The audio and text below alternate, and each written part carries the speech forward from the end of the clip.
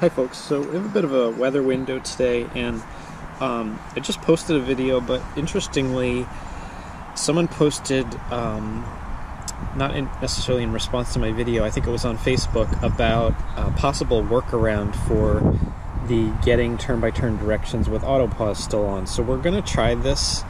I'm going to turn auto pause back on, which in my experience is the sticking point for the turn-by-turn navigation. So what we're going to do is I'm actually going to try to do this without murdering myself. So apologize for the shaky camera, but so the directions are to actually be moving when you start the ride, and apparently this allows auto pause to function, or I guess navigation to function while auto pause is on. So I'm gonna give this a shot.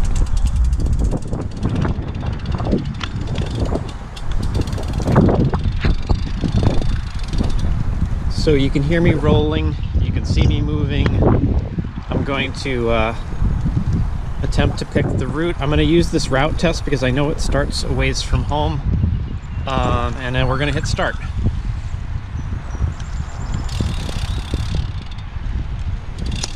It usually takes a few seconds to get going. Yep, well, look at that.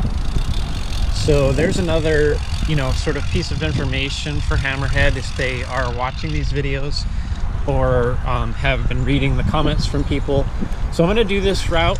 I may actually stop a few times because I want to show some of the other navigation cues that are off or confusing. So we'll see how this goes.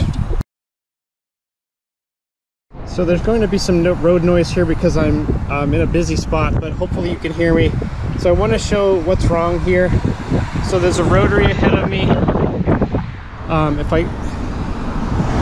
If I go over to the map page, it should be fairly clear that I'm going straight through this rotary, except the indicator is that I'm going 3/4 of the way around, so that's incorrect.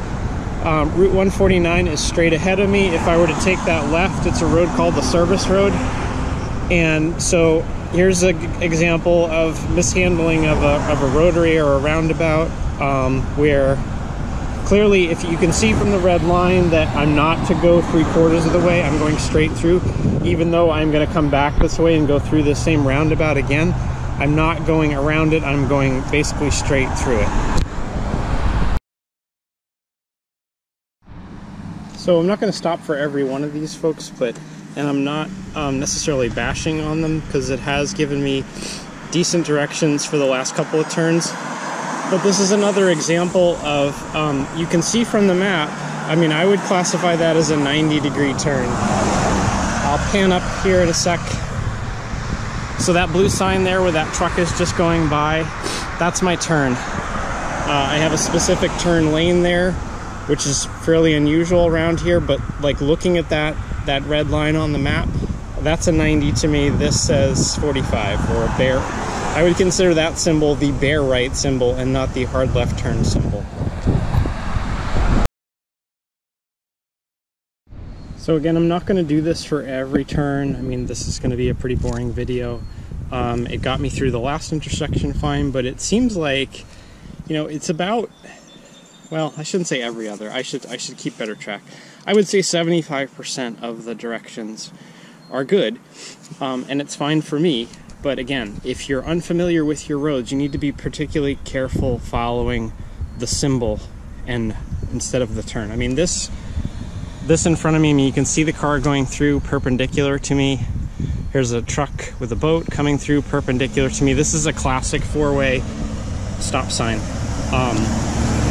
And it's still telling me to bear right instead of make a right turn. So maybe I'm misunderstanding what their symbols mean. I'm not entirely sure, but that to me doesn't mean what I think it means. That would be a road. That would be two roads, a literal fork in the road, and I would need to go right instead of left. So just in case you think I'm completely picking on the device, I'm going to show a good turn. So in this case, I got a car coming. But in this case, I am on Bumps River Road. I'm not sure how well the fork in the road shows. I'll pan up a sec. So you can see the fork goes that way. That's the continuation of Bumps River Road. What looks to be straight ahead is actually Pond Street. So in my opinion, those are good directions because it's telling me that I'm changing streets. Even though the line looks straight, it is a change in the road and the name of the road. So, you know, while still a little weird, it's better than, and it's actually, in this case, that's the symbol that I would consider for a fork in the road. A slight left or 45 degree, up to a 45 degree left or right. So anyway, so there we go. That one's good. Okay, so here's another one that's a bit odd, folks. So that you can see the turn indication it does say 1 mile, but I am on Parker Road, and what I'm confronted with here, and that I'm not getting directions for, is this. So there's a road going that way. There's a road ahead of me, which is the continuation of Parker Road, and then there's a left-hand turn. Now, if I was to not be, and these numbers are very small, so if I was not to see the 1 mile and I saw the left-hand turn, I might be tempted to turn left here, when in reality I'm supposed to go straight across, and my turn isn't for another mile. So, you know, again, I don't know what the proper indication here. I still think that this should be colored, and I don't know if they're working on this. I don't know what the plans are.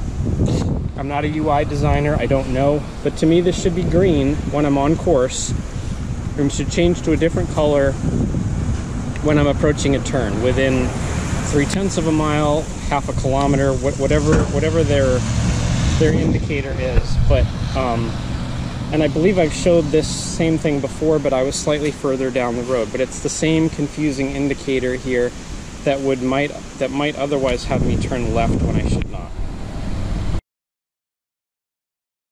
So here's another situation where this is a bit odd. So obviously why I'm doing this ride is to sort of test this out. Both the pause, which is working, you can see the pause on, but then just to generally test the routing. Now I don't remember in the last 2 updates if they said there have been any improvements. But this turn-by-turn suggestion, so I intentionally got off course here. You can see my red line over there, but there are only so many, I'm not sure how well it's showing up on the GoPro, but there are only so many cross-through streets here. But what it's telling me to do up here is take a left, turn around, go back the other way, when in reality, it's really faster for me to go up to this. Right at the top of the screen here, you can see Bates Avenue. Now, I realize it's a computer, I know these roads, but these are some of the weird decisions it makes about it's desperately trying to get me to go back to the turn that I missed, instead of just saying, oh look, up there's a right-hand turn, and the red line is right there, and just get me there. Now, I'm sure if I go a little bit further, it's gonna pick up that Bates Avenue, or Bates Street, probably gonna be fine, but it's almost, in my mind, over-aggressive about the rerouting. I suppose in a city or a place where you have limited places to turn around, maybe this is more important, but it's, in my area at least, it's a little aggressive. I said I wasn't going to, but I can't help it. So it did, so in the Karoo's defense, it did correct. As soon as I missed that last left-hand turn, it did correct and give me the turn onto Bates.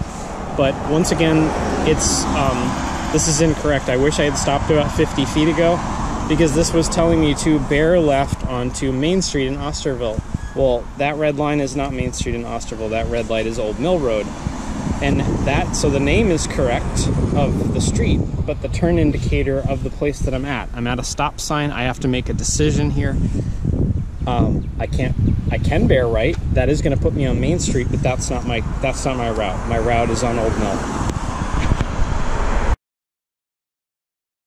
So here's one I didn't actually expect it to get right, so I guess we'll record this briefly to give props. This is a very confusing intersection here. It's, I think, locally known as Five Corners, so I'll pan up quickly. So behind me to my right is a road coming in at a 45-degree angle. There's the road I'm on. There's the road, well, maybe it's not Five Corners, but there's the road crossing that way that I am actually taking, and there's the one straight ahead.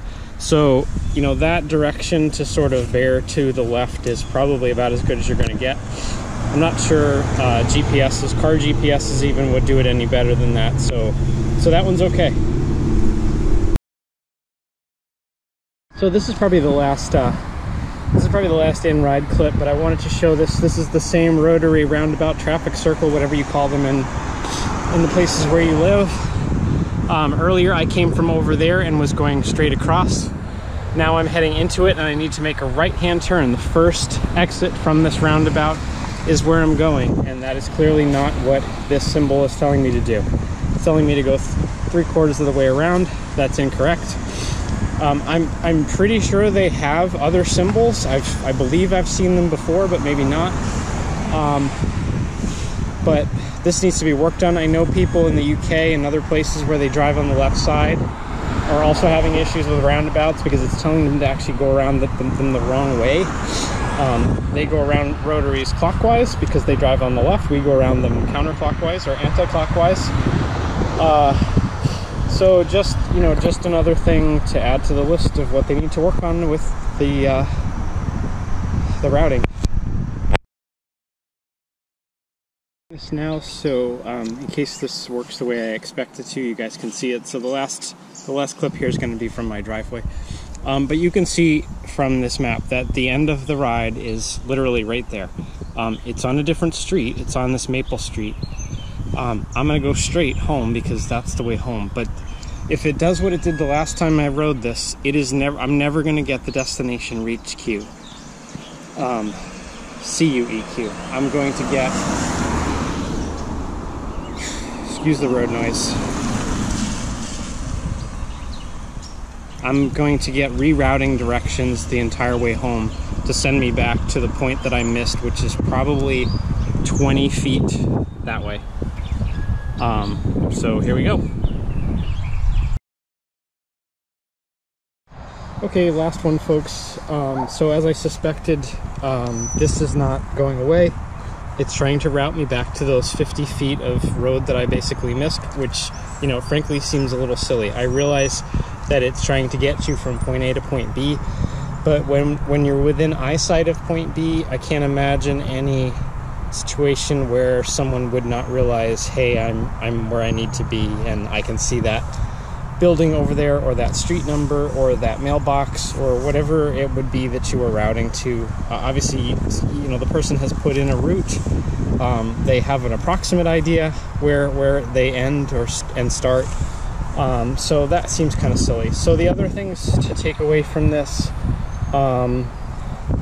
are, you know, that this is staying on the screen. Now, it may go away here because I'm paused, but this is constantly on the screen now. So when there's a turn 5 miles away or a turn 1/10 of a mile away, this is appearing. So it probably, as I said, will go away now.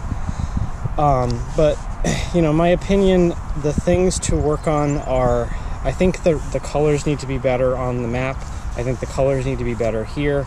I think they need to work on the symbols and making sure those are accurate all the time, or, you know, 95% of the time.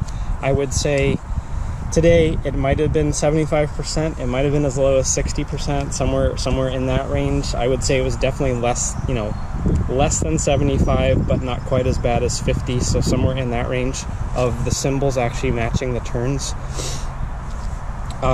This really needs improvement to the actual granularity of that turn. Like 3 miles, where they can show tenths, it shouldn't just say 4 miles. It should say 3.7 miles and then drop to 3.5. It shouldn't go from 4 to 3. It's not a very good indication. I realize that's pretty far away, but it's just, you know, where they have all the screen real estate, they need to take better use of it. I still think the colors should be different here. I think green should be, you know, you're on course. Maybe even yellow is the upcoming turn, and the red only shows when you're actually off course. Everything else looks like it recorded correctly. Auto pause did work. So the other takeaway from this is that if you want to use auto pause, I guess you have to do it a little bit weirdly, or in my opinion almost slightly dangerously, where you have to actually be rolling to start the ride and with a route. If you don't care about auto pause and you've turned it off, or you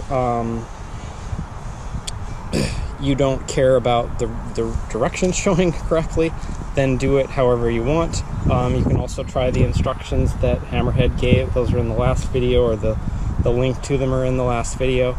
You can try those out. So I'm sure by the time I stitch this together, this is going to be much much longer than I had anticipated, as usual with the videos, but and you're going to be along for practically half the ride, but I felt like this was a good review point because we are 3 months in now, or close to 3 months in, at least for me, having this, and I'm at the point where I have to either return it or keep it. The likelihood is that I'm keeping it because I'm stubborn, and I feel like if I return it, I don't have a voice in the community anymore because I don't actually own one. So this is the end of a fairly detailed what's good and what's bad about navigation right now. You got a little bit of that in the last video too, but hopefully this is helpful, and if you've gotten this far, thanks for watching.